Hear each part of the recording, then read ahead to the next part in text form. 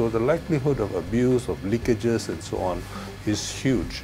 And unfortunately, there is very little public attention, partly because there's a tendency to wait until there's a major leak before people do anything about it. But the ECRL, to me, is going to be the 1 MDB of the next decade.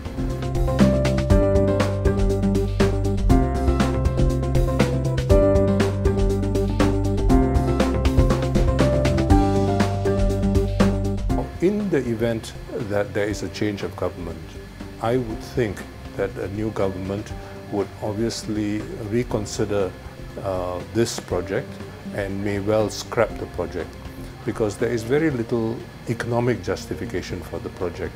If one is serious about developing the East Coast, there certainly is much to be done as far as developing the East Coast is concerned. There are far more effective ways of actually uplifting the living standards of people. For example, in Kelantan, who still do not get decent water, and where there is a great deal to be desired in terms of decent sanitation.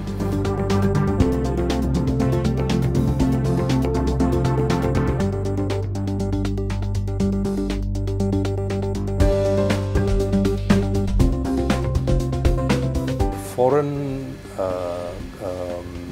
credit rating types and so on will be just generally concerned about the overall size of Malaysian debt, and that will obviously further put downward pressure on Malaysia's credit ratings, which have already slipped fairly considerably.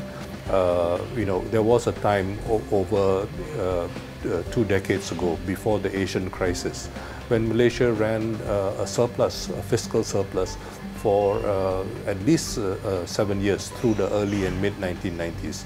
Those are days long gone by. It's not that Malaysia cannot do it.